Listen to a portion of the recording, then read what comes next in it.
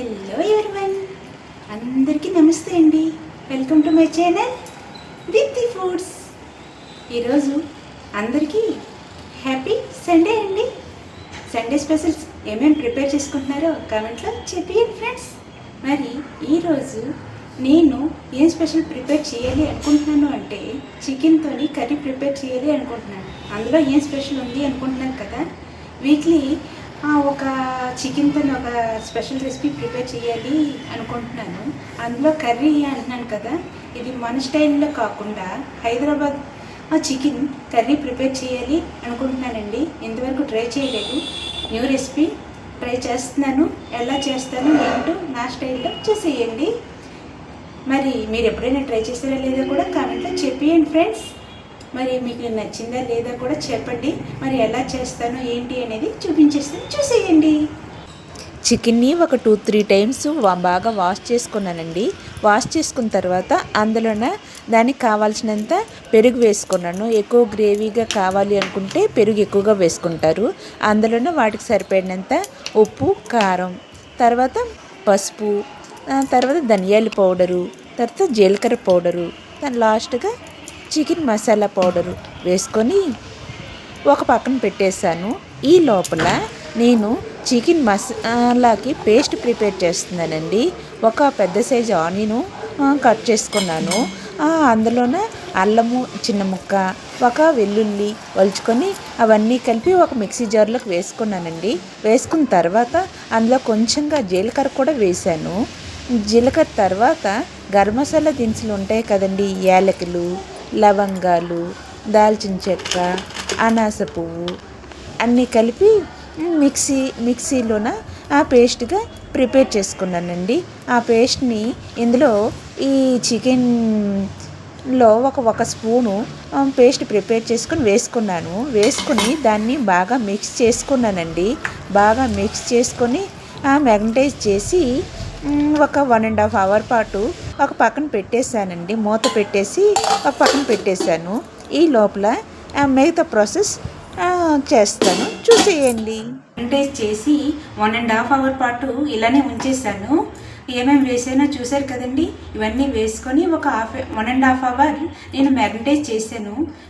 మీకు వీలైతే 1 అవర్ అయినా మినిమం ఉంచండి. ఉంటే బాగా మసాలాలు అన్నీ పడతాయి చికెన్కి. అప్పుడు మనం వండుకుంటే చాలా టేస్టీగా వస్తుంది. అందుకని నేను 1.5 అవర్ పాటు ఇలా మ్యాగ్నటైజ్ చేసేసి ఒక పక్కన పెట్టేస్తాను. ఇప్పుడు నెక్స్ట్ ప్రాసెస్ ఏంటి అనేది చూపిస్తాను. ఒక కళాయి పెట్టుకున్నాను. ఎక్కిన తర్వాత ఆయిల్ కూడా వేసుకున్నాను. ఆయిల్ కూడా హీట్ ఎక్కుతుంది. ఈ లోపల నేను ఒక పెద్ద సైజు 2 ఆనియన్స్ని నిలువుగా ఈనుల్లాగా కట్ చేసుకున్నానండి. కట్ చేసి ఒక పక్కన పెట్టేస్తాను. ఇప్పుడు వీటిని ఫ్రైడ్ ఆనియన్స్ కలర్లో వచ్చినంత వరకు అలా ఫ్రై చేసుకుంటాను. ఈ ఆయిల్లోనే వేసుకుని ఫ్రై చేసుకుంటానండి. హీట్ ఎక్కిపోయింది. ఇప్పుడు మొదటగా పచ్చిమిరపకాయల్ని 3 ఈనుల్లా కట్ చేసుకున్నాను. కొంచెం కరివేపాకు తీసుకున్నానండి. ఇవి మొదటిగా వేసుకుంటాను.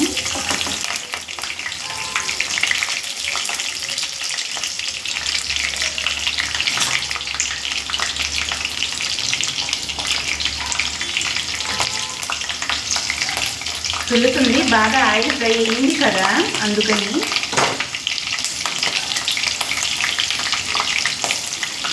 ఇప్పుడు ఇదే టైంలోన ఆనియన్స్ కూడా వేసుకుంటున్నాను.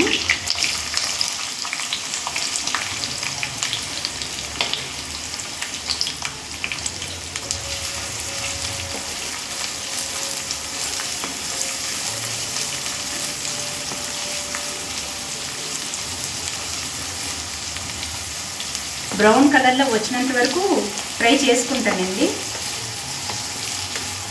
ఇప్పుడు ఫ్రై అయిన కొద్దీ ఆనియన్స్ కొంచెంగా అయిపోతాయి కదండి. ఇలానే మూత పెట్టకుండా ఫ్రై చేసుకుంటాను.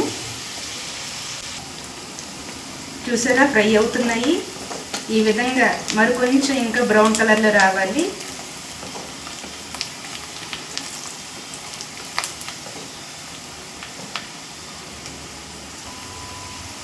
ఇలా బ్రౌన్ కలర్లో వచ్చాయి కదండి, చాలు, బాగా ఫ్రై అయ్యింది. ఈ టైంలో కొంచెంగా ఆ మసాలా పేస్ట్ ప్రిపేర్ చేశాను. ముందు చూపించాను కదా, మిక్సీ గిన్నెలోన వేసిన ఆ మసాలా పేస్ట్, మసాలా దినుసులు, అల్లం, వెల్లుల్లి, ఆనియన్ అన్నీ కలిపి నా పేస్ట్ అండి ఇది.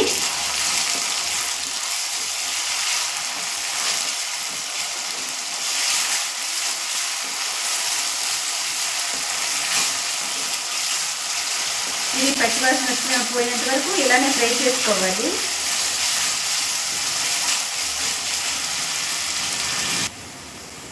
ఇలా ఫ్రై అయిపోయిన తర్వాత ఇలా దగ్గరగా అయిపోయిందండి పేస్ట్ అంతా వేసుకున్న తర్వాత. ఇప్పుడు ఇందులో వీడికి సరిపడేంత ఆల్రెడీ మ్యారినేట్ చేసినప్పుడు అందులో సాల్ట్ అవన్నీ వేసాను కదా, కారమును, అందుకే ఇందులో కొంచెంగానే వేస్తున్నాను. సాల్ట్ కొంచెం, కారం కొంచెం వేసి బాగా మిక్స్ చేసుకోవాలి.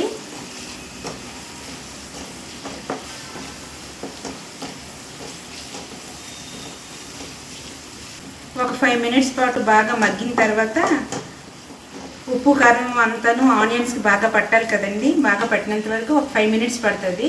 ఈ 5 మినిట్స్ ఇలానే ఉంచుతాను.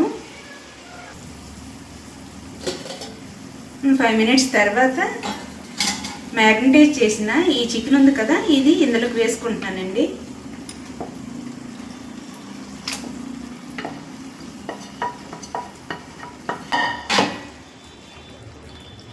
వేసాను కదా, కొంచెంగా మిక్స్ చేసుకుంటున్నాను.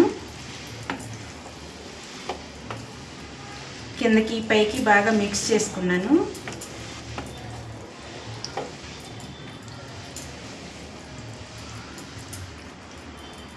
మిక్స్ చేసుకున్నాను కదండి, మూత పెట్టేశాను. ఫ్లేమ్లో పెట్టానండి.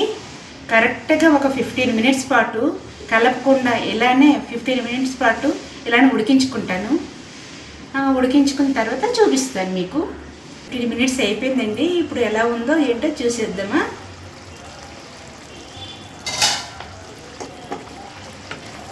ఉడుకుతుంది కానీ ఆయిల్ పైకి తేలుతుంది, అంటే ఇంకా అవ్వలేదు, ఉడకాలి.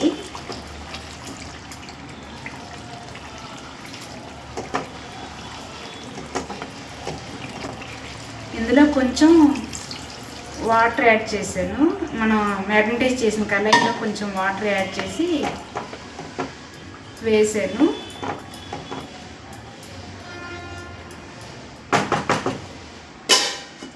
వేసి మిక్స్ చేశానండి. మిక్స్ చేసి మూత పెట్టాను. మరొక 10 మినిట్స్ పాటు ఇలానే ఉడికించుకోవాలి.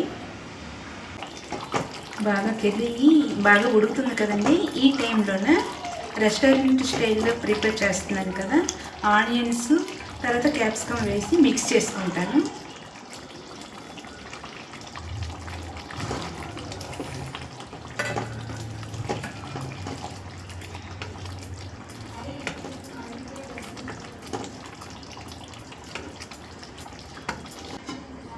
మిక్స్ చేసేసాను కదండి, మూత పెట్టేశాను.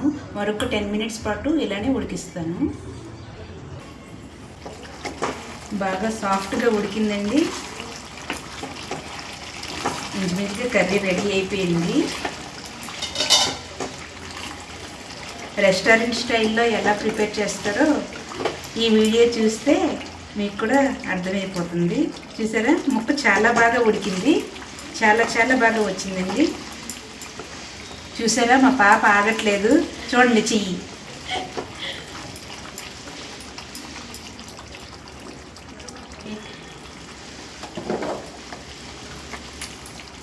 ఫైనల్గా కస్తూరి మేతి వేసుకుంటున్నాను. ఇలా వేడివేడిగా స్టవ్ మీద ఉన్నప్పుడు ఇలా ఆయిల్ తేలుతుందండి. మళ్ళీ స్టవ్ ఆఫ్ చేసిన తర్వాత నార్మల్ అయిపోతుంది. రెడీ అయిపోయిందండి కర్రీ.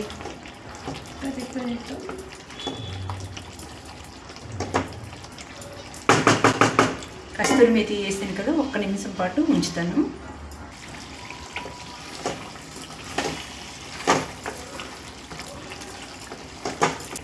స్టవ్ ఆఫ్ చేసేసానండి.